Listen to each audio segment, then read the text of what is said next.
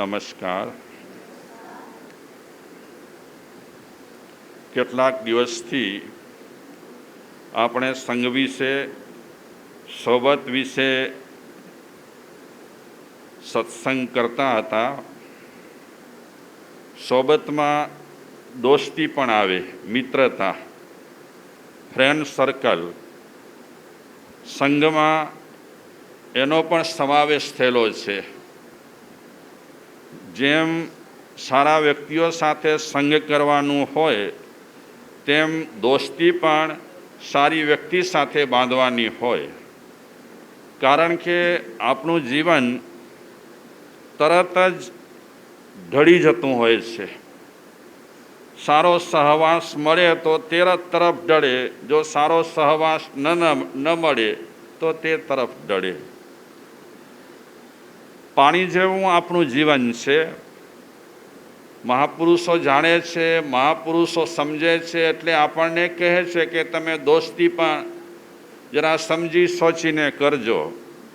કારણ કે ક્યારેક ક્યારેક દોસ્તી પણ તમારા મનુષ્ય જીવનને રફે ડફે કરી શકે છે.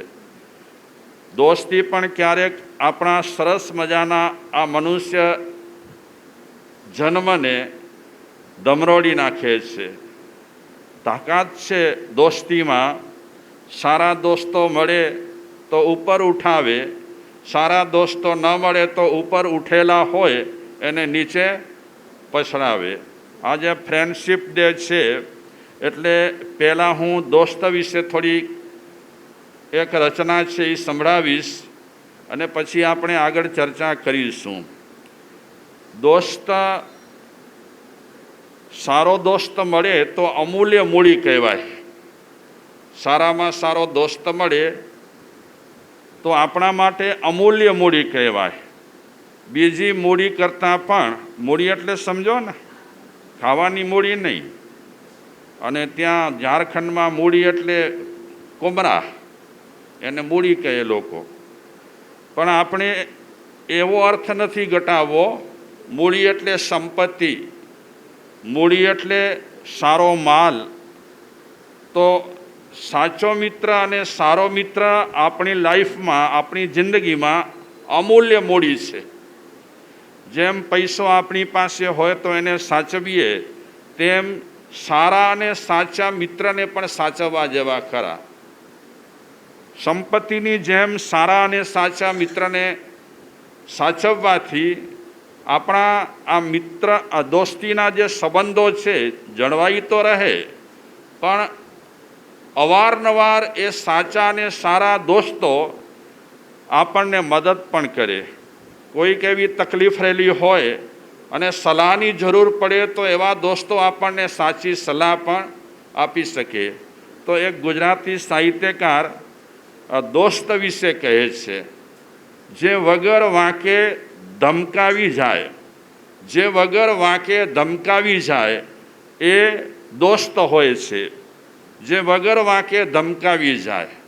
દોસ્ત ઘણી વખત ધમકાવી દે, વાંક કાંઈ ન હોય તો પણ ધમકાવી દે, અને વગર વાંકે ધમકાવે તો પણ દોસ્ત ગમે તેટલો ધમકાવેલ હોય તો પણ એની અસર મિત્રને થતી નથી. મિત્રને અસર ન થાય. એટલે કવિ કહે છે, સાહિત્યકાર કહે છે, જે વગર વાંકે ધમકાવી જાય એ દોસ્ત હોય છે. વગર વાંકે બીજા કોઈ પણ ધમકાવી શકે નહીં. વગર વાંકે કોઈ પણ બીજા ધમકાવી શકે નહીં, દોસ્તો જ ધમકાવી શકે. આંખોથી બધું સમજાવી જાય, આંખોથી બધું સમજાવી જાય એ દોસ્ત હોય છે. આંખોથી બધું સમજાવી જાય એ દોસ્ત હોય છે. દોસ્તો એટલા સારા હોય છે ઘણા કે આપણી કાંઈ ભૂલ થઈ જતી હોય, આપણી કાંઈ ચૂક થઈ જતી હોય અને એ સમયે બધાની વચ્ચે બોલવા જેવું ન હોય તો એ દોસ્ત આપણને ઈશારા કરીને સમજાવી જાય કે ભાઈ સાહેબ, હમણાં તમારે કાંઈ પણ બોલવું નથી. આંખોથી બધું સમજાવી જાય એ દોસ્ત હોય છે. બોલવાની જરૂર ન પડે, શબ્દોની જરૂર ન પડે, વાક્યોની જરૂર ન પડે, કેવલ દોસ્ત છે એ દોસ્તની આંખ પરથી સમજી જાય. સોરી કયા વિના પણ મનાવી જાય એ દોસ્ત હોય છે. સોરી કયા વિના પણ મનાવી જાય એ દોસ્ત હોય છે. આમ ભૂલ આપણી થઈ જાય તો શું કહીએ? સોરી સોરી સોરી આવું બોલીએ આપણે. અને ઘણા લોકોની આદત પડી ગઈ હોય, કોઈ પણ વાત ચાલુ કરે એનાથી પહેલાં સોરી બોલે, આદત. પણ મિત્રો એવા સરસ અને સાચા મળે તો સોરી કયા વિના આપણને મનાવી જાય. સોરી બોરી કાંઈ નહીં, તે છતાં પણ એ મિત્રની વાતને મિત્ર રાખી લે, માની લે. તો ત્રીજી લાઈનમાં કહે છે, સોરી કયા વિના પણ મનાવી જાય એ દોસ્ત હોય છે. તમારું દુઃખ જેને રડાવી જાય, તમારું દુઃખ જેને રડાવી જાય એ દોસ્ત હોય છે. કોઈ દોસ્ત દુઃખી થાય અને આપણને ખબર પડે સારો અને સાચો દોસ્ત રહેલો હોય, એના દુઃખો જોઈ ન શકાય. જોઈ શકાય? ઘણી વખત એ દોસ્તના દુઃખો દોસ્તને રડાવે. ઘરમાં જ્યારે, પરિવારમાં જ્યારે, ગામમાં જ્યારે કરુણ ઘટના ઘટતી હોય અને તેમાં પણ લંગોટિયા દોસ્તાર વિદાય લઈ લેતા હોય, ત્યારે ઘણા દોસ્તો એના માટે હિબકા ભરી ભરીને રડતા હોય. એ પૈસાની કાંઈ એમાં લેવડ દેવડ ન હોય, વસ્તુની પણ લેવડ દેવડ ન હોય, પણ એક દોસ્તી છે. એક વિચારક કહે છે કે આ કળિયુગમાં સાચો અને સારો મિત્ર મળી જાય તો સમજવું કે આપણને લોટરી લાગી. શું લાગી? કેવો મિત્ર મળી જાય? આ કળિયુગમાં સારો અને સાચો મિત્ર મળી જાય તો સમજવું કે આપણને લોટરી લાગી. નહીં તો દિવસના પણ આપણે બેટરી લઈને શોધવા જઈએ ને સારા અને સાચા મિત્રને, તો પણ મળી શકતા ન હોય. પણ આ કળિયુગમાં ક્યારેક કોઈકના નસીબ હોય ને લેણ દેણ હોય તો એવા સરસ સાચા સારા મિત્ર મળી જતા હોય. એ સારા અને સાચા મિત્ર મળ્યા એ આ કળિયુગમાં લોટરી કહેવાય. આમ લોટરી લાગે તો આપણે રાજી થઈએ ને, અને તેમાં પણ 5-15 લાખ લાગી જાય તો આપણે એટલા ખુશ થઈ જઈએ, એટલા ખુશ થઈ જઈએ. પણ આ જિંદગીમાં આપણને સારો અને સાચો મિત્ર મળી જાય એ ખરેખર આપણા માટે એક લોટરી કહેવાય. શોધ્યા નથી મળતા હો મિત્ર સાચા અને સારા. એક કવિ કહે છે, શેરી મિત્રો 100 મળે, શેરી મિત્રો 100 મળે. તમે જે શેરીમાં રહેતા હો, હાય હલો કરતા હો, ગુડ મોર્નિંગ કરતા હો, ગુડ નાઇટ કરતા હો, એવા શેરી મિત્રો 100 મળે. તાળી મિત્રો અનેક, તાળી મિત્રો અનેક. એવી વાતોના તડાકા મરાતા હોય અને વચ્ચે વચ્ચે હાથ લાંબો કરી અને કે માર તાળી, માર તાળી. ઘણા માણસોની પણ આદત થઈ ગઈ હોય. પછી એક નાનકડી વાત હોય ને કે હું આજે દર્શડીમાં આવ્યો કે માર તાળી, પછી કે આજે સ્થાનકમાં આવ્યો કે માર તાળી, પછી કે તમે મળ્યા માર તાળી. એટલે વાતે વાતે તાળી મરાવે. શેરી મિત્રો 100 મળે, તાળી મિત્રો અનેક. જેમ સુખ દુઃખ વેચીએ, જેમાં સુખ દુઃખ વેચીએ તે લાખો મેં એક, તે લાખો મેં એક. આપણે આપલે કરી શકીએ સુખની દુઃખની, અને આપણને પૂરેપૂરી ખાતરી હોય કે મારા ઘરની વાત મારા આ દોસ્તને કહીશ તો ક્યાંય પણ લીક થવાની નથી, એટલી ખાતરી હોય. આવા ગંભીર, આવા ગુણિયલ, આવા સંસ્કારી આ કાળમાં દોસ્ત મળી જાય તો બહુ સારું. સુખ દુઃખ વેચી, જેમાં સુખ દુઃખ વેચીએ એ લાખો મેં એક. હા, બાકી પાર્ટી યોજાતી હોય ત્યારે કંઈક ચહેરા દેખાય અને વળી કહે પણ ખરા કે ઓળખે આવું કે અહીંયા આવું ફલાણું અહીંયા. એ પાર્ટી યોજાઈ છે ત્યારે ઓળખાણ આપે છે. એટલે પાર્ટીમાં ઘણા મિત્રો આપણને મળશે. એ મિત્રો ખાસ કોઈ કામના હોતા નથી. ખાલી પાર્ટી જ્યારે તમે રાખશો ત્યારે એ દેખાશે. પછી ગમે ત્યારે તમને તકલીફ પડતી હોય, ગમે ત્યારે તમને મુસીબતો નડતી હોય, ત્યારે દોસ્ત ક્યારે પણ દેખાવ દે નહીં. તો જેમ ભગવાન મળવા મુશ્કેલ છે ને, તેમ દોસ્ત મળવા પણ મુશ્કેલ છે. તમારું દુઃખ જેને રડાવી જાય એ દોસ્ત હોય છે. જે તમારી મર્યાદા નભાવી જાય, જે તમારી મર્યાદા નભાવી જાય એ દોસ્ત હોય છે. મારા મિત્રની પણ કંઈક મર્યાદા છે, એ પણ કોઈક પદ પર છે, કોઈક હોદ્દા પર છે. મારે એની મર્યાદા પણ જાળવવી. આમ જ્યારે દોસ્તો એકલા એકલા બેઠેલા હોય ત્યારે ગમે તે વાતો કરે, ગમે તે રીતે વર્તન કરે, પણ ઘણા લોકોની વચ્ચે બેઠેલા હોય ત્યારે સાચો દોસ્ત અને સારો દોસ્ત પોતાના મિત્રની મર્યાદા જાળવે. ત્યારે ઠઠ્ઠા મસ્કરીઓ, હાંસી મજાક બિલકુલ ન કરે. મારો દોસ્ત છે, કોઈક હોદ્દા પર છે, મારે મર્યાદામાં એની સાથે વાતચીત કરવી. તો જે તમારી મર્યાદા નભાવી જાય એ દોસ્ત હોય છે. અને છેલ્લે કહે છે, જેનો વિશ્વાસ તમને ટકાવી જાય, જેમનો વિશ્વાસ તમને ટકાવી જાય એ દોસ્ત હોય છે. ખરા દોસ્તો હોય એના પર પૂરેપૂરો ભરોસો હોય, વિશ્વાસ, પૂરો વિશ્વાસ, ખાતરી સાથે કહી શકે કે આ મારો દોસ્ત છે. એટલે આજના સમયમાં આવા દોસ્ત મળી જાય તો ખરેખર આપણને સાચા અને સારા સાધુ મળ્યા એમ કહી શકાય. કે જે હરેક વખતે, હરેક મુસીબતમાં, હરેક સમસ્યા વચ્ચે આપણને પાછળથી હાથ દેતો હોય.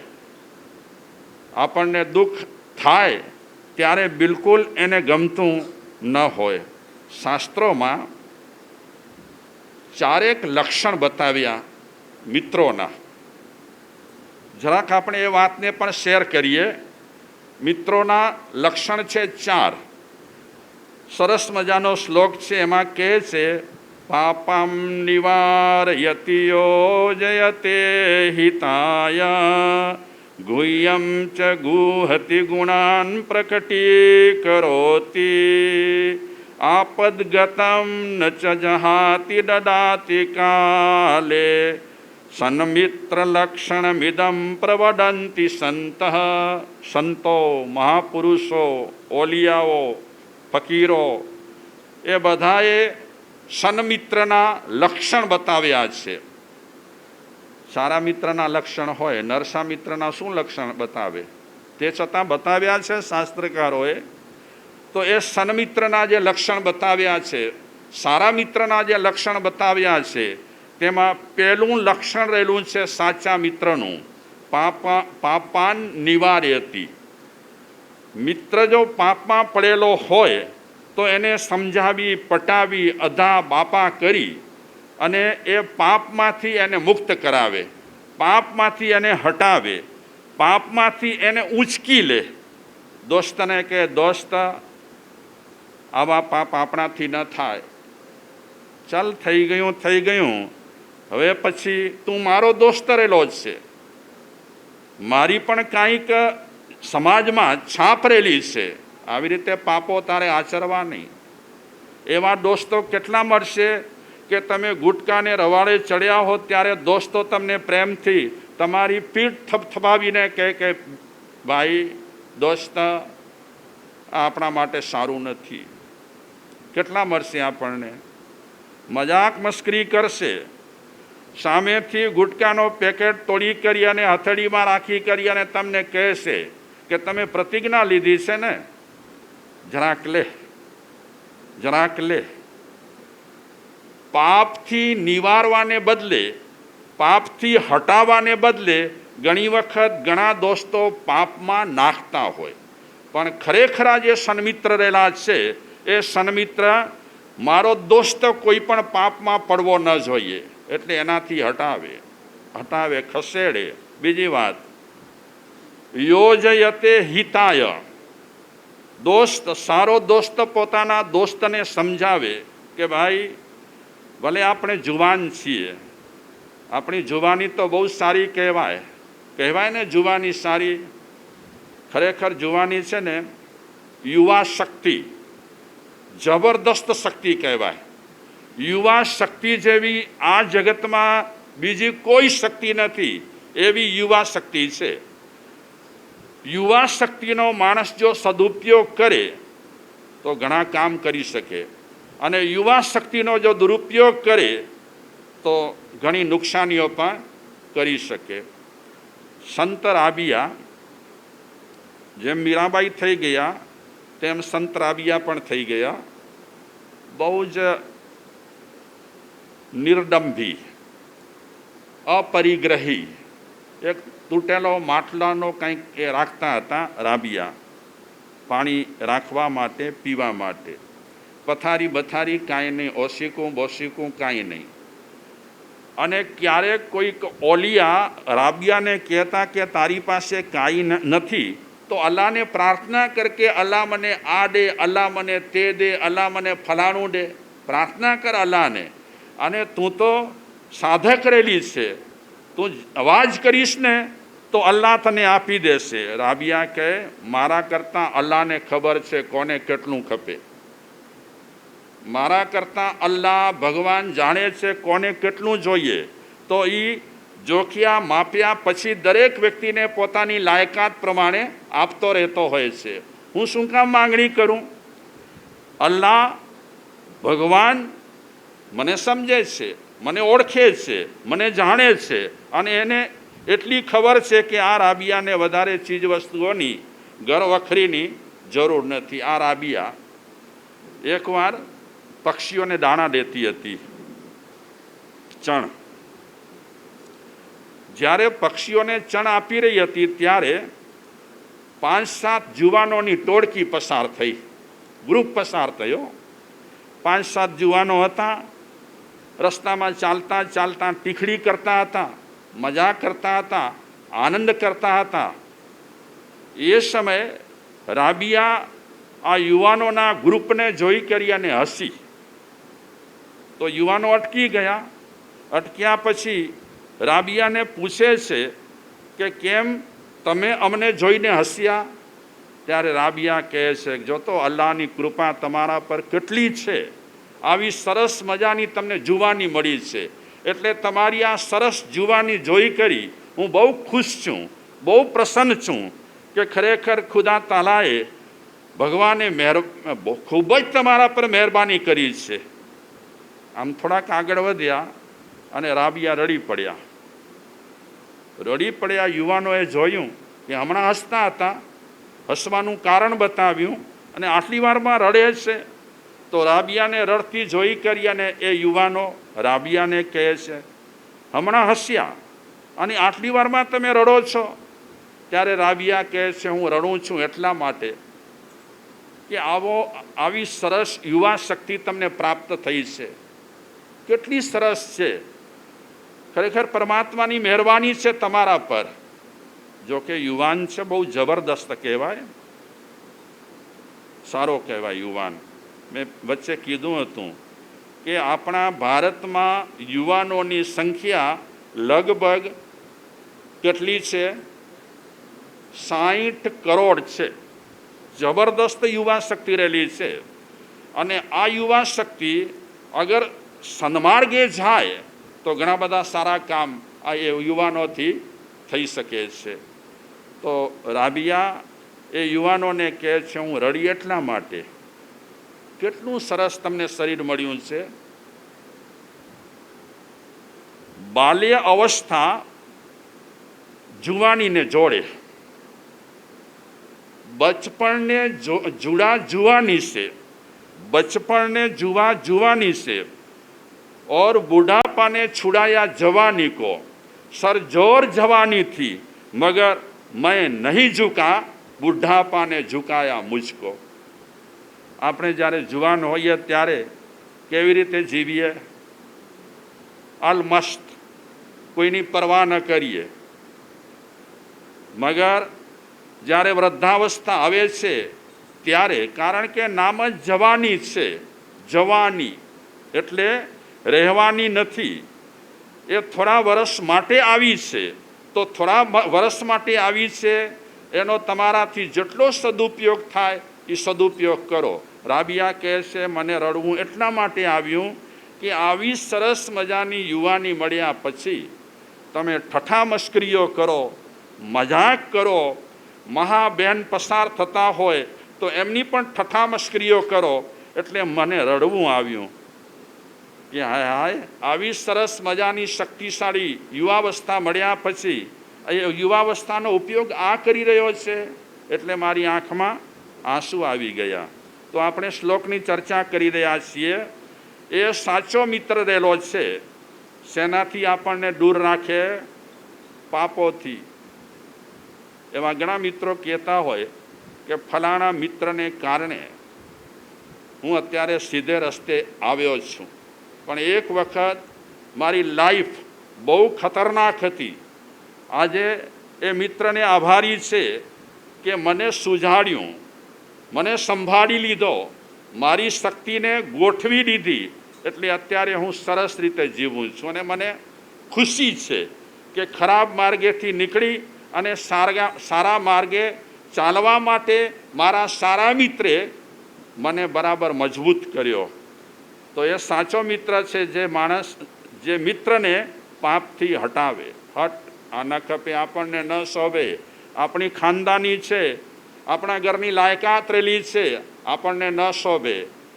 11-12 વાગે યુવાનો રોડ પર બેસી કરી અને વાતો કરીને ના પાડી છે મહાપુરુષોએ. અગર તમને કોઈ કામ ન હોય ટ્રાન્સપોર્ટનો, હા, કોઈ લોરી બોરીનો તમને કામ ન હોય તો સમયસર તમે ઘર ભેગા થઈ જાઓ. કારણ કે યુવા વ્યક્તિ રાતના 11-12 વાગ્યા 1 વાગ્યા સુધી જાગે એ એના માટે ખતરારૂપ રહેલો છે, મહાપુરુષો કહે છે, હું નથી કહેતો. એટલે સમયસર યુવાનોને પોતાના ઘરે પહોંચી જવું જોઈએ. ખોટા ઉજાગરા કરવા, મોડી રાત, કામ હોય તો અલગ વાત છે, કામ ન હોય અને ખોટા તડાકા ભડાકા મારી કરી અને આપણે સમયને પસાર કરીએ, એના કરતાં આપણા માટે ઊંઘનો મહત્ત્વનો સમય રહેલો છે. 9થી કરીને 12 એ મહત્ત્વનો સમય છે. કદાચ આપણે 9 વાગે ન સૂઈ શકતા હોઈએ તો 1-2 વાગ્યા સુધી તો જાગવા જેવું નથી છે. શાસ્ત્રકારો તો કહે છે ક્યારે ને ક્યારે તમે પડછાયામાં આવી જશો. આ પડછાયાની ભૂત પ્રેતની વાત નથી કરતો. ગમે તેવા પડછાયામાં આવી ગયા પછી તમારા કોઈક એવા દોસ્તો હશે એ તમને કદાચ ફસાવી પણ દે. એટલે મહાપુરુષો ના પાડે છે. ખરો મિત્ર રહેલો છે પાપથી આપણને હટાવે અને આપણને જોડે, પાપથી તોડે અને હિતાય, આપણું ભલું થાય, આપણું સારું થાય, આપણું હિત થાય, આપણી પ્રગતિ થાય, એના માટે એ આપણને જોડે. એક બાજુથી તોડે, બીજી બાજુથી જોડે. ત્રીજી વાત કરી ગુહ્યમ ચ ગુહતી. ગુપ્ત વાત રહેલી હોય મિત્રની કાંઈ પણ, તો સાચો અને સારો મિત્ર, સન્મિત્ર પોતાના મિત્રની ગુપ્ત વાત ક્યારે પણ કોઈને કરે નહીં. ક્યાં બધું દબાવી દે? બધું મનમાં દબાવી દે. મારો મિત્ર જ છે. ભાગ્યશાળીઓ, મારો ખરો મિત્ર ત્યારે મને ખબર પડે કે મારી ગેરહાજરીમાં મારી નિંદા ન કરે. એ મારો ખરો મિત્ર કહેવાય. મળશે આપણને એવા મિત્ર કે જ્યારે આપણી ગેરહાજરી હોય ત્યારે આપણા વિશે ઘસાતું કોઈને પણ ન કહે. નહીં તો કેવું બને ખબર છે ને? હાજરીમાં આપણી પ્રશંસા કરે, હાજરીમાં આપણા વખાણ કરે અને ગેરહાજરીમાં આપણી ચટણી વાટે. હોય ને એવા? તો એવા મિત્રનો વિશ્વાસ ન થાય. આપણી હાજરી ન હોય ત્યારે પણ આપણા વિશે ઘસાતું ન બોલે, એ આપણો ખરો મિત્ર છે. ગુહ્યમ ચ ગુહતી. ગમે તેવી ગુપ્ત વાતો રહેલી હોય એ છુપાવે. અને ગુણાન પ્રકટી કરોતી. સાચો મિત્ર, ખરો મિત્ર, મિત્રના ગુણો પ્રગટ કરે કે મારો મિત્ર કેટલો સરસ છે, માનવતાના કામ કરે છે, એકબીજાને મદદ કરે છે, એટલો સરસ છે, એટલો સરસ છે.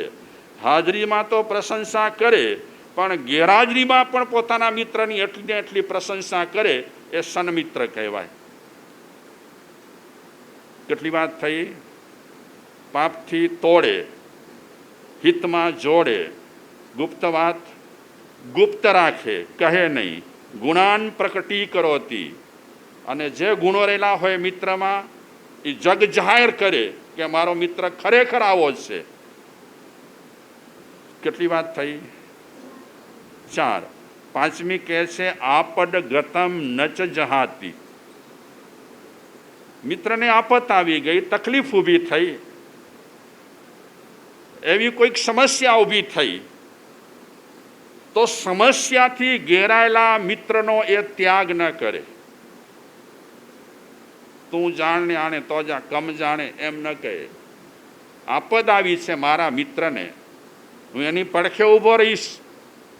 એ સાચો મિત્ર રહેલો છે, સારો મિત્ર રહેલો છે, ખરાબ તો ક્યારે કરે નહીં, તો એની પડખે રહીશ. અને પડખે રહ્યા પછી એની આપત્તિ જલ્દી કેમ ટળે એનો હું પ્રયાસ કરીશ. નહીં તો એવા મિત્ર મળે કે આપણે ખાડામાં ન પડ્યા હોઈએ ને તો ચાઈ ચંધીને આપણને ખાડામાં પાડે. એવા મિત્રો પણ મળે છે આ દુનિયામાં. આપત્તિ વખતે મિત્ર જો દૂર થઈ જાય તો એ મિત્ર હકીકતમાં મિત્ર નથી, એ બનાવટી મિત્ર રહેલો છે. છઠ્ઠી વાત કરે છે ડડાતી કાલે.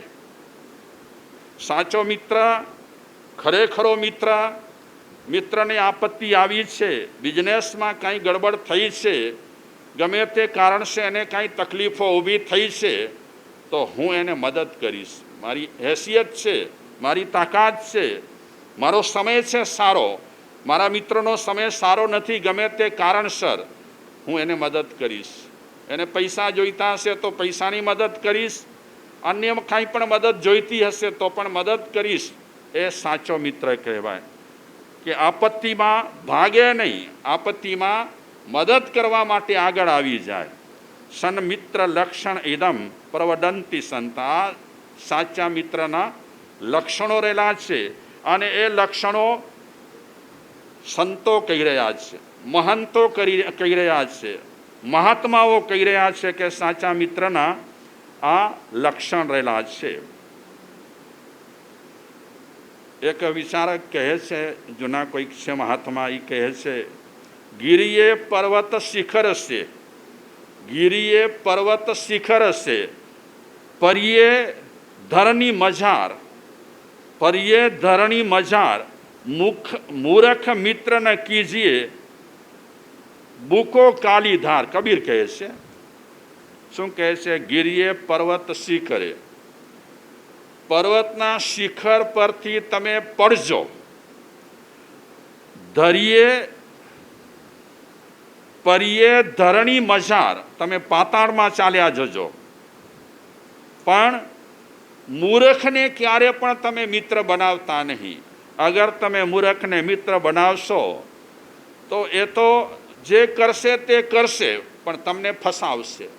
એટલે સારા મિત્રો જો કે શોધવા આપણને નહીં મળે, નસીબ હોય આપણા તો કદાચ સારા મિત્ર. ઘણા મહાત્માઓ કહે છે નાના છોકરાઓને રમકડા નહીં મળે ને તો થોડી વાર માટે રડશે,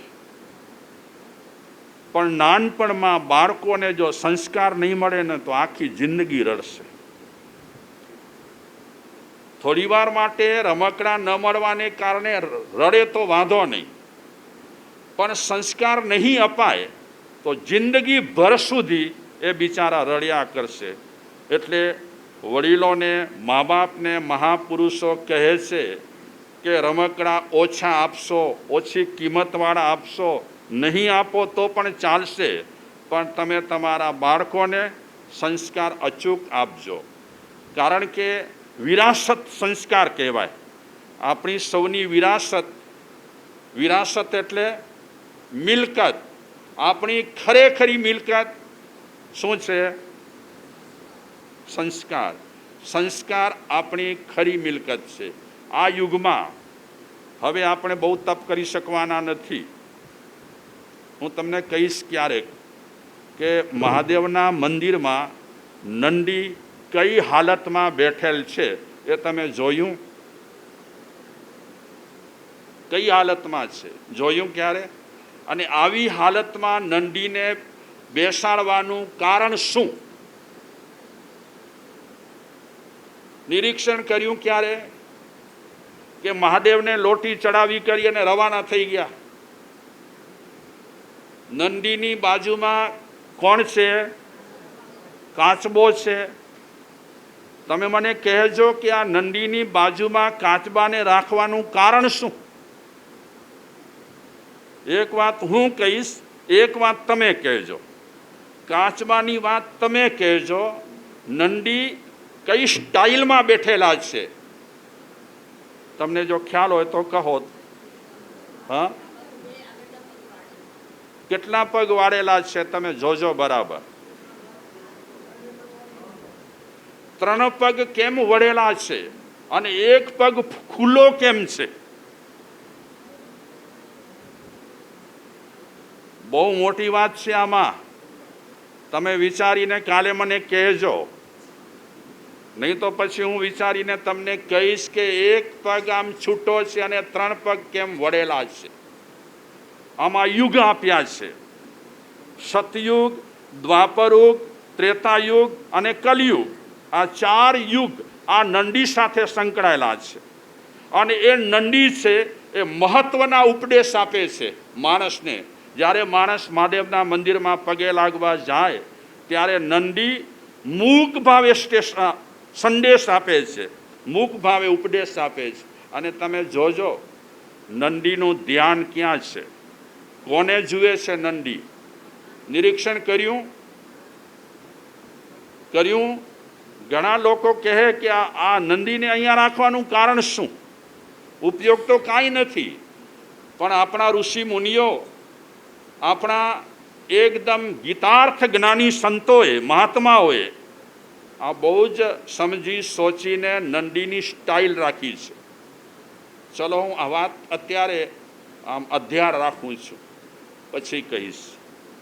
ભૂલી જાઉં તો યાદ કરાવજો. હા, શેની વાત પરથી આપણે નંદીની વાત કરી?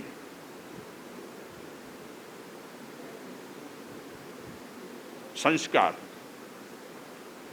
આજના કાળમાં આપણે બહુ મંદિરમાં બેસી શકવાના નથી. આજના કાળમાં આપણે બહુ તપ પણ તપી શકવાના નથી. આજના કાળમાં આપણે બહુ દયા દાખવી શકવાના નથી. તો હું નંદીની વાત કરું એનાથી પહેલાં જે વાત કરવા માગું છું તે કહું. આજના કાળમાં જલ્દીમાં જલ્દી તમે તમારા બાળકોને કુસંગથી બચાવી લો.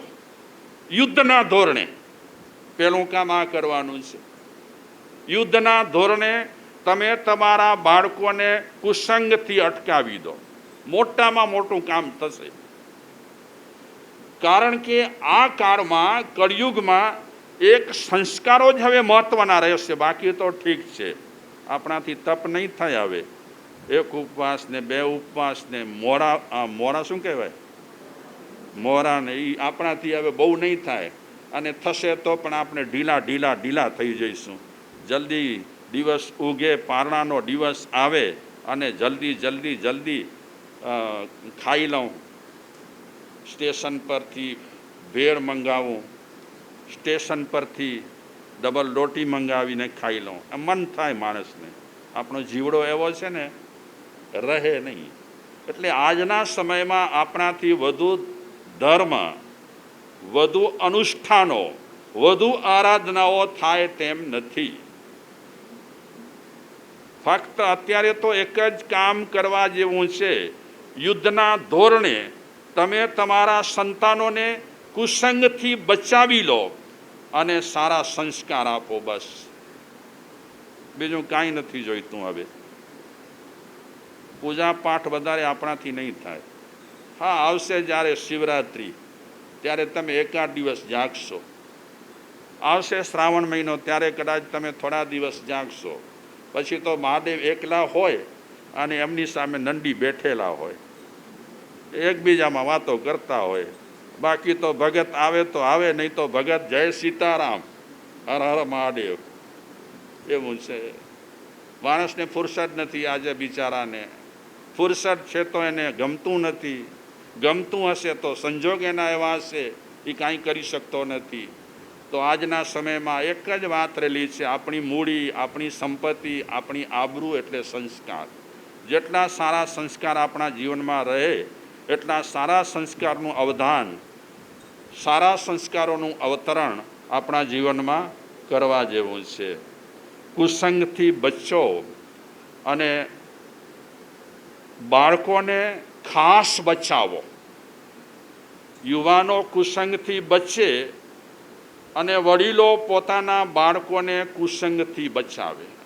આ કામ બહુ ઝડપથી કરવા જેવું છે. કારણ કે તમે હમણાં અખબારો વાંચતા હશો, અખબારોમાં રોજ વાત આવે કે આજે આ ઠેકાણે આ નશીલા પદાર્થો પકડાયા, આજે આ ઠેકાણે આ નશીલા પદાર્થો પકડાયા. અને તમે વાંચ્યું હોય તો 2 દિવસ પહેલાં મોદી વિશે વાત આવી હતી, નરેન્દ્ર મોદી વિશે. એને ઈચ્છા છે ભારતભરમાં નશા મુક્તિનું આયોજન કરું, એને ઈચ્છા છે. અને લગભગ 99 કે 100 દિવસ સુધી આપણા ભારતમાં એ વ્યસન નશા મુક્તિ માટે પ્રયાસ કરશે. એમાં શેરી નાટક હશે, સંવાદ હશે, બીજું ત્રીજું જે હોય તે. હમણાં તો સમાચાર વાંચીને આપણને રાજીપો થયો છે કે ચલો નરેન્દ્ર મોદી ખાલી બિઝનેસ વિકસાવતા નથી, પણ એની સાથે સાથે માણસ નશા મુક્ત થાય એ તરફ પણ એનો લક્ષ્ય રહેલો છે. એ પણ સ્વપ્ન સેવે છે કે મારા ભારત દેશનો માણસ નશા મુક્ત હોવો જોઈએ. અઘરું છે કામ, બહુ છે કે નહીં અઘરું? અઘરું કામ છે. જે ફસાયા નથી ને બાળકો, એને અત્યારથી સાવચેત કરી દો. જે હમણાં ફસાયા છે એને સાવધાન કરી દો. હજી વાંધો નથી. હમણાં ફસાયા છે, 8 દિવસ, 15 દિવસ, 25 દિવસ, મહિનો, એને હજી તમે ઉઠાવી શકશો. પણ જે વર્ષોથી સેવન કરે છે એના માટે તો એક ચેલેન્જ છે. અને ઘણી વખત તમે મોટા માણસોને વ્યસન છોડવાની ના પાડીઓ.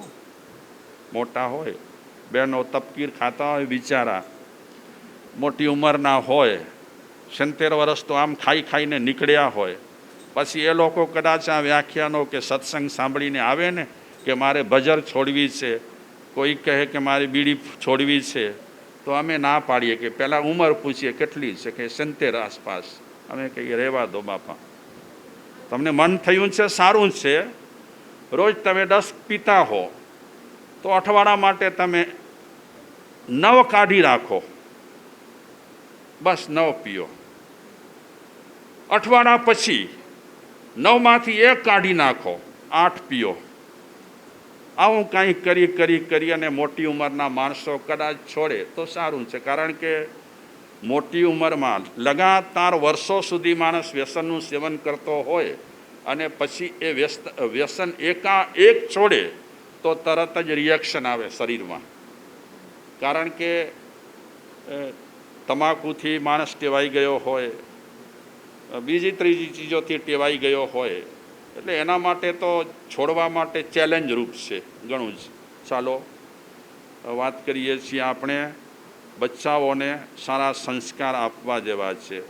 વ્યસનના રવાડે ચડ્યા નથી તો ન ચડે એની સાવધાની રાખવાની છે. કોને રાખવાની? ગામના કંઈ સાવધાની નહીં રાખે. કોને રાખવાની? વડીલોને, મા બાપને, બીજા કોને? આજે મારે એક વાર્તા કહેવી છે તમને કુસંગ વિશે. જેમ સત્સંગના પરિણામ સારા હોય છે તેમ કુસંગના પરિણામ કેવા હોય છે એ આપણે જરાવાર માટે વાર્તા વિચારીએ. ગામનું નામ છે પાટલીપુત્ર. રાજાનો કુંવર છે, નામ છે મેઘરથ. ગામમાં અનુરાધા કરીને એક શેઠાણી હતા. એમનો એક દીકરો હતો જેનું નામ હતું પ્રભાકર. આ પ્રભાકર અને મેઘરથ બંને દોસ્ત, જીગરી દોસ્ત. એક શેઠ પુત્ર હતો અને એક રાજપુત્ર હતો. પણ રાજપુત્ર એટલો સુંદર, ગુણિયલ, નિર્વ્યસની, બધી રીતે એનામાં સંસ્કાર એટલો સારો હતો. અને એની મા એટલે કે રાણીએ એને સંસ્કાર સારા આપ્યા હતા. જોઈ લો, ક્યારેક સારા સંસ્કાર આપ્યા પછી પણ વ્યક્તિની ગાડી ઉથલી જતી હોય. કારણ કે સુસંગ કરતાં પણ કુસંગનો બળ બહુ છે. અને સુસંગ માટે કે સંસ્કારી બનવા માટે મહેનત કરવી પડે, પણ કુસંસ્કારી બનવા માટે કાંઈ મહેનત કરવાની જરૂર નથી. વાડીમાં તમે ખેતી કરો તો મોલ તરફ તમારે ધ્યાન દેવાનું હોય. બાકી તો જે બીજું થાય, શું કહેવાય એને, ઘાસ તો આપમેળે પેદા થાય. એને કાંઈ બહુ મહેનત કરવી ના પડે, ઉગાડવું પડે કે બીજું કે ત્રીજું કરવું પડે. મહેનત માલ માટે કરવી પડે, પાક માટે કરવી પડે. એ રીતે સારા સંસ્કાર માટે મહેનત કરવી પડે, પણ ઘાસ ફૂસની જેમ ખરાબ સંસ્કાર માટે મહેનત કરવાની જરૂર નથી, આપમેળે પેદા થાય. કારણ કે આપણા સૌના જીવનમાં ઉપાસના જેટલી નથી એટલી આપણા સૌના જીવનમાં વાસના છે. આપણે બધા વાસનાથી ભરેલા છીએ, અનેક જાતની વાસનાઓ છે. એટલે સુસંગ મળે સારો મજબૂત તો કદાચ આપણી વાસના હટી જાય અને ઉપાસના પેદા થઈ જાય. પણ બહુ મુશ્કેલ છે. વાસનાનો બળ એટલો જબરદસ્ત રહેલો છે આપણા જીવનમાં કે એને હટાવવો બહુ મુશ્કેલ છે. કદાચ પરમાત્માની કૃપા થઈ જાય અને આપણામાંથી વાસના હટી જાય, ઉપાસના પેદા થઈ જાય, તો આપણો જીવન ધન્ય બની જાય. તો આ પ્રભાકર, એનો દોસ્ત, શું નામ હતું છોકરાનું, કુંવરનું?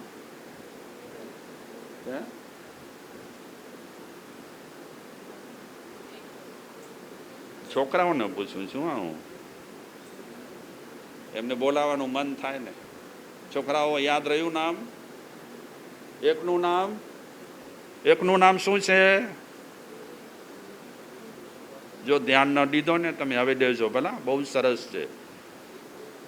શેઠાણીના છોકરાનું નામ છે પ્રભાકર અને રાજાના કુંવરનું નામ છે મેઘરથ. મેઘરથ બહુ જ સારો, બધી રીતે સારો. જોઈ લો, પ્રભાકર જરાક વિચિત્ર હતો. એનામાં વાસના કેમ બહકે, એનામાં વિકારો કેમ જાગે? કોનામાં? રાજપુત્રમાં વિકારો કેમ જાગે એના માટે આ પ્રભાકર મહેનત ચાલુ કરી. સારા સંગની અસર જલ્દી ન થાય, પણ કુસંગની અસર બહુ જ ઝડપથી થતી હોય છે. કારણ કે આપણે ખરાબ વસ્તુને જલ્દી પકડીએ, સારી વસ્તુ તો પકડવામાં બહુ મુશ્કેલી પડે. મને તો બહુ આનંદ થાય છે કે આપ સૌ ભાગ્યશાળીઓ સમયસર સત્સંગમાં આવો છો. નહીં તો એક દિવસ માણસ આવે, વળી 4 દિવસ ખાડા કરે, વળી એક દિવસ પાછો દર્શન દેવા આવે, વળી પાછા હરિઓમ તસત થઈ જાય. પણ ઘણા યુવાનોને હું જોઉં છું સમયસર આવી જાય છે. એ ખરેખર ધન્યવાદને પાત્ર છે. સૌ યુવાનો, સૌ આપ પણ, કે કદાચ ઘણા ખાઈને પણ આવતા હોય, દોડી બિચારા. એટલે તમારી આ લાગણીને હું ખરેખર વધાવું છું અને આપ સૌને ખરેખર ધન્યવાદ પણ આપું છું.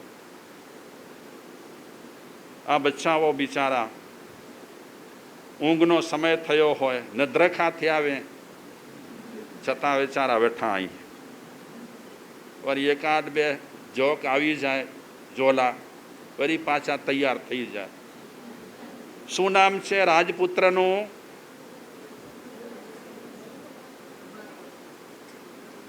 મેઘરથ. અને બીજાનું શું નામ છે? હા, યાદ રહી ગયો ને. સાંભળો વાર્તા સરસ. આ બંને દોસ્ત છે, પણ પ્રભાકર જરાક બદમાશી બહુ કરતો હતો. આ રાજપુત્રને મારે પાડવો, એને નીચે ઉતારવો, એના સંસ્કારોને તોડવા મારે.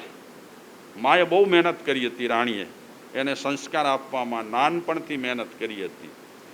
અને હંમેશા સંસ્કારો છે ને નાનપણમાં જે આવે ને તે જ ટકે.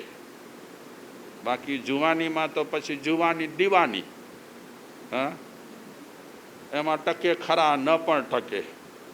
નાનપણમાં સંસ્કાર જે અપાયા હોય એ વજ્ર લેપ કહેવાય. વજ્રના લેપને ગમે તેવા મશીન હોય તોડી ન શકે. એ રીતે નાનપણમાં અપાયેલા છોકરાઓને સંસ્કાર વજ્ર લેપ જેવા બની જાય. ઉખડ્યા ન ઉખડે, વચ્ચે એવો પિરિયડ આવી જાય અને એવો સંસર્ગ થઈ જાય અને કદાચ ગાડી પાટા પરથી ઉતરી પણ જાય, પણ ફરીને નાનપણમાં અપાયેલા સંસ્કારો જાગતા હોય છે. આ પ્રભાકર, મારા આ દોસ્તના મનમાં વિકારો કેમ પેદા થાય, વાસના કેમ પેદા થાય, એ અવળે માર્ગે કેમ જલ્દી જલ્દી જાય, એવું કરવા માટે એ ગોઠવણ કરતો હતો. મફતમાં કોઈ ગુટકા આપે ને તો પણ હાથ જોડી દેવાના કે ભાઈ તારી પાસે રાખ. મફતમાં 2 થેલી લઈ આવે અને 1 થેલી પીનારને આપે તો એને પણ હાથ જોડી પ્રણામ કરીને કહેવાનું, બાપા આ બંને થેલી તારી પાસે રાખ. મને પરમાત્માની કૃપાથી, મહાદેવની કૃપાથી થોડો એક મજબૂત સંકલ્પ થયેલો છે, તો હવે આમાં હું પડીશ નહીં. પ્રભાકર વિચારે છે કે આ રાજપુત્રના મનમાં ખળભળાટ કરાવું, તોફાન મચે એવું કાંઈ કરું. તો એક વખત મેઘરથને કહે છે કે દોસ્ત મારા ઘરે આવ. તો રાજપુત્ર પ્રભાકરના ઘરે ગયો. એણે આગળથી એક છાકટો ગોઠવ્યો હતો, આયોજન કર્યું હતું. એક દાસીને તૈયાર કરી હતી, સોળે શણગાર સજીને આવવાનું અને તારે એક્શન કરવાના, લાલવા ટાલવા કરવાના વગેરે વગેરે. રાજપુત્ર આવી ગયો અને થોડી વારમાં પ્રભાકરના કહેવા પ્રમાણે દાસી આવી. એવા કપડાં પહેર્યા છે બીભત્સ અને એવા એક્શન કરે છે. દાસીને કીધું હતું એની નજીક જજે, અડપલા કરજે. ધીરે ધીરે શરૂઆતમાં એને સંસ્કાર એવા મળેલા છે કે જલ્દી એના મનમાં વિકાર પેદા નહીં થાય, જલ્દી એના મનમાં વાસના પેદા નહીં થાય, પણ નજીક જજે. એટલી નજીકથી એની સાથે ચેષ્ટાઓ કરજે. પ્રભાકરનો ઈરાદો છે મારા મિત્રને હેઠે પાડવો. અને મિત્રના, સારા મિત્રના લક્ષણ શું હતા? પહેલો જ લક્ષણ શું હતો? પાપમાં પાડે એ મિત્ર નથી, દુશ્મન છે. પાપથી આપણને નિવારે, મુક્ત કરે એ આપણો સાચો મિત્ર. આ પ્રભાકર મિત્ર ખરો, પણ કેવો મિત્ર? પાપથી મુક્ત કરાવવાને બદલે પાપમાં જોડી રહ્યો છે. દાસીને બધી જ છૂટ આપી છે, સારા પૈસા આપી દીધા છે કે અગર એ લલચાઈ જાય અને ફસાઈ જાય તો મોં માંગ્યા તને પૈસા આપીશ. એવા એવા મહાસંતો, મહાવ્યક્તિઓ, એવા ગ્રહસ્થો રહેલા છે. ગમે તેવી પરિસ્થિતિ ઊભી થાય, વિકાર ભાવ પેદા ન થાય તો ન જ થાય, એવા ગ્રહસ્થો પણ રહેલા છે, બિલકુલ નિર્વિકારી. અને આવા નિર્વિકારીઓને જ પરમાત્મા મળે. જેની ઉપાસનાની જમાવટ થયેલી હોય એને જ પરમાત્મા મળે. તો પ્રભાકરના કહેવા પ્રમાણે રાજપુત્રની નજીકમાં દાસી ગઈ છે, અડપલા કરે છે, શરીરને ટચ થાય, વળી કાંઈક ડાન્સ નૃત્ય કરે, આવું કરતી રહી. એ તો બિચારી પૈસાને કારણે આવું કરે છે. ધીરે ધીરે એને સોળમાં લઈ લીધો. અને કોને? રાજપુત્રને ગળે લગાડે છે, આઈ લવ યુ કરે છે. શરૂઆતમાં હટાવતો હતો, નજીક ના આવો, પણ ધીરે ધીરે એને ગલગલિયા થવા લાગ્યા. અને ગલગલિયા થયા પછી એ દાસીમાં ફસાઈ ગયો. માતાએ સંસ્કાર આપવા માટે જે મહેનત કરી હતી, પાણી ઢોળ. સંસ્કાર આવતા વખત લાગે, પણ જવામાં બહુ ઝડપ હોય. એકદમ કેવી ઝડપ? વિમાન કરતાં વધારે એવી ઝડપ હોય. એટલે સારી ચીજો આપણામાં આવતા વખત લાગે, પણ સારી ચીજોને એવો સંસર્ગ મળી જાય તો એને જતાંય વખત ન લાગે, આવતા વખત લાગે. પ્રભાકર સમજી ગયો કે જે મારો ઈરાદો હતો એ ઈરાદો મારો સફળ થઈ રહ્યો છે. બસ અમુક ટાઈમ સુધી રહ્યો, પછી રાજપુત્ર કહે છે હું મહેલે જઈશ. મનમાં વિચારે છે પ્રભાકર કે મારું કામ થઈ ગયું, હવે જવું હોય તો જા ભલે. પણ એ જ ટાઈમે એક અનુરાધા નામની શેઠાણી પસાર થતી હતી રસ્તા પરથી. શેઠાણી નહીં, પણ જુવાન સ્ત્રી હતી, પસાર થતી હતી અને નજર પડી રાજપુત્રની. હવે એનામાં ઉપાસના દબાઈ ગઈ છે, વાસના પેદા થઈ છે, સુસંસ્કારો દબાઈ ગયા છે, કુસંસ્કારો પેદા થયા છે. એ યુવાન સ્ત્રી અનુરાધાને પસાર થતી જોઈ એટલે પ્રભાકરને પૂછે છે, પ્રભાકર પેલી સ્ત્રી પસાર થાય છે, મહિલા પસાર થાય છે, કોણ છે? કે કોણ છે ન પૂછ, કોણ છે ન પૂછ, ગમે તે હોય, અગર તને પસંદ હોય તો ગમે તેમ કરીને તારી પાસે લાવું. છે પસંદ? હા. અને પ્રભાકર આ બધી ચીજોમાં નિષ્ણાંત થતો.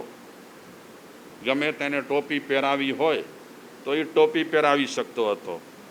અને એ અનુરાધાનું અપહરણ કર્યું.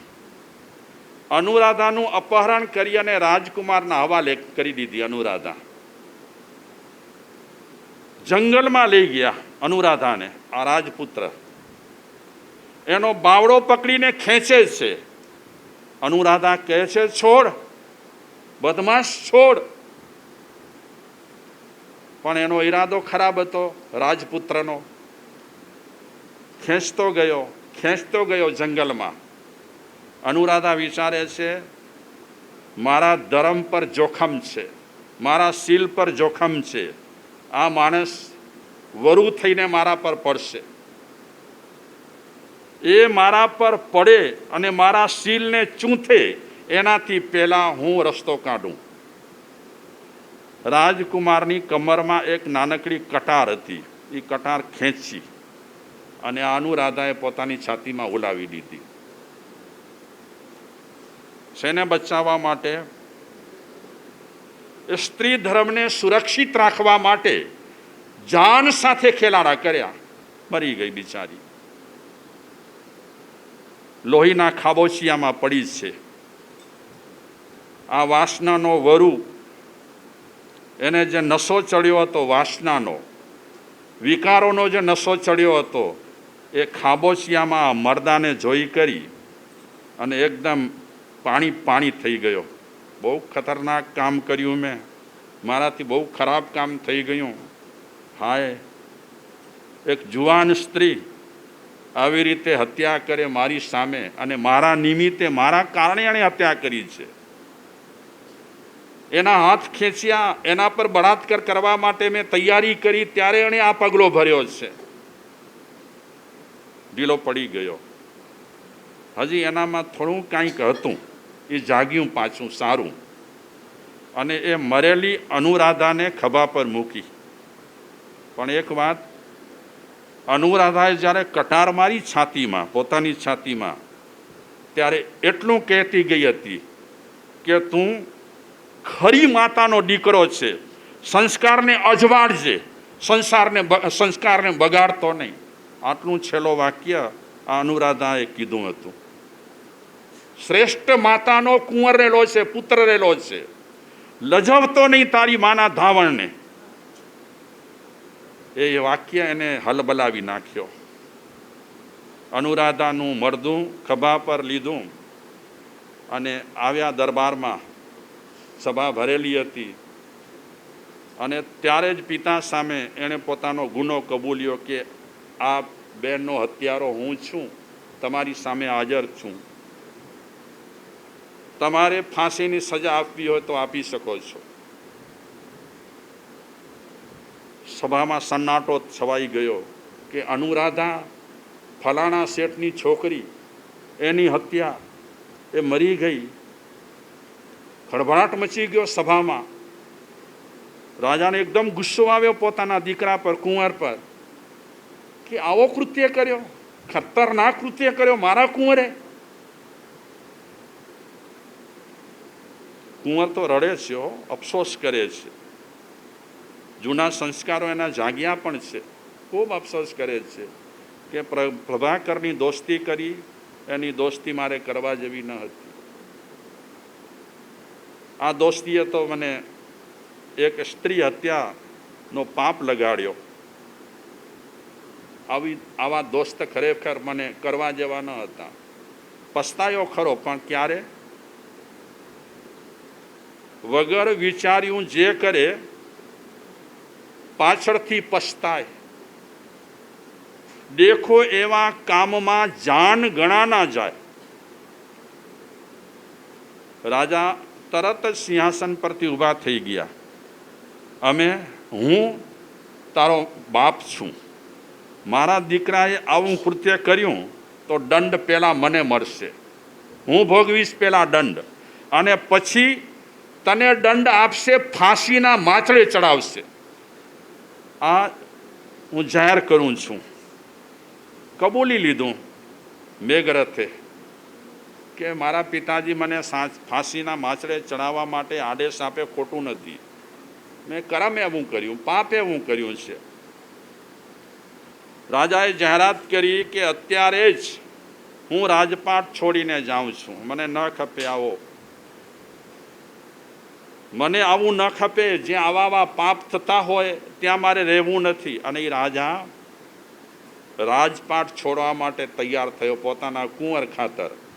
તો રાણી પણ, એને ખબર મળ્યા તો રાણી પણ જાહેરાત કરે છે દરબારમાં કે પતિદેવ જો જંગલમાં પ્રસ્થાન કરતા હોય તો મારે પણ આ ગામમાં, આ મહેલમાં રહેવું નથી. એટલે રાજા અને રાણી એમણે પ્રસ્થાન કર્યો. અમારા કુંવરે ખરાબ કામ કર્યું છે, એનું પ્રાયશ્ચિત લેવા માટે અમે નગરનો ત્યાગ કરીએ છીએ, અને હવે જે બાકીના વર્ષો રહેલા છે એ અમે જંગલમાં પસાર કરીશું, સાદું જીવન જીવીને. આ બાજુ મા બાપ ચાલ્યા ગયા અને રાજપુત્રને ફાંસીની સજા મળી. કોઈએ સજા અટકાવી નહીં, કારણ કે દાખલો લે લોકો કે આવા કામ કરીએ તો એના પરિણામ આ છે. દાખલા બેસાડવા માટે સરકાર પણ મહેનત કરે છે, પણ વચ્ચેના વચેટિયા એવા હોય ને, એ સરકારની કાળી કાંઈ પણ હોય ફાવવા દેતા નથી. વચેટિયા ઘણી વખત બહુ બગાડતા હોય છે. આજે આપણા કચ્છમાં શરાબની એટલી હેરાફેરી થાય છે. ગુજરાતમાં દારૂબંધી છે. મહાત્મા ગાંધીજીનું ગામ ત્યાંથી લઈ કરીને પૂરા ગુજરાતમાં બેફામ દારૂ પીવાય છે. સેહજ શરમ વગર લોકો દારૂ પીએ છે. અને કુડકે ભૂસકે ગામડાઓમાં આ દારૂએ એટલો વર્ચસ્વ જમાવ્યો છે કે ગવર્મેન્ટ ગમે તેટલા પ્રયાસ કરે પણ માણસ કાંઈ ને કાંઈ રસ્તા કાઢતો હોય છે. તો ચાલીએ આપણે થોડી સંઘ વિશે વાત કરી, સુસંગ વિશે વાત કરી, કુસંગ વિશે વાત કરી. વાત તો એકની એક છે, પણ આપણે એ વાતને મમરાવ્યા કરીએ છીએ. સંસ્કારી બનીશું તો આપણા માટે સારું છે, મનુષ્ય જીવન આપણો સાર્થક થશે. અને સંસ્કાર જો નહીં હોય તો આમને આમ આપણું જીવન પસાર તો થઈ જવાનું છે. આપ સૌને ખૂબ ખૂબ ધન્યવાદ. એક વિચારક કહે છે કે સાચો મિત્ર ઉત્તમ સ્વાસ્થ્ય જેવો છે. સાચો મિત્ર જેમ આપણને એકદમ તંદુરસ્તી મળી હોય તો કેવી મજા આવે. એક કે બીમારી ન હોય આપણા શરીરમાં તો કેટલી પ્રસન્નતા રહે, ખૂબ રહે ને. તો સાચો મિત્ર છે ઉત્તમ સ્વાસ્થ્ય જેવું છે. સમજી લો આપણો સાચો મિત્ર હશે તો એક તંદુરસ્ત વ્યક્તિ આપણને મળી છે એમ માની શકાય. તો આ સાથે વાતને અહીં વિરામ આપું છું. ઓમ શાંતિ.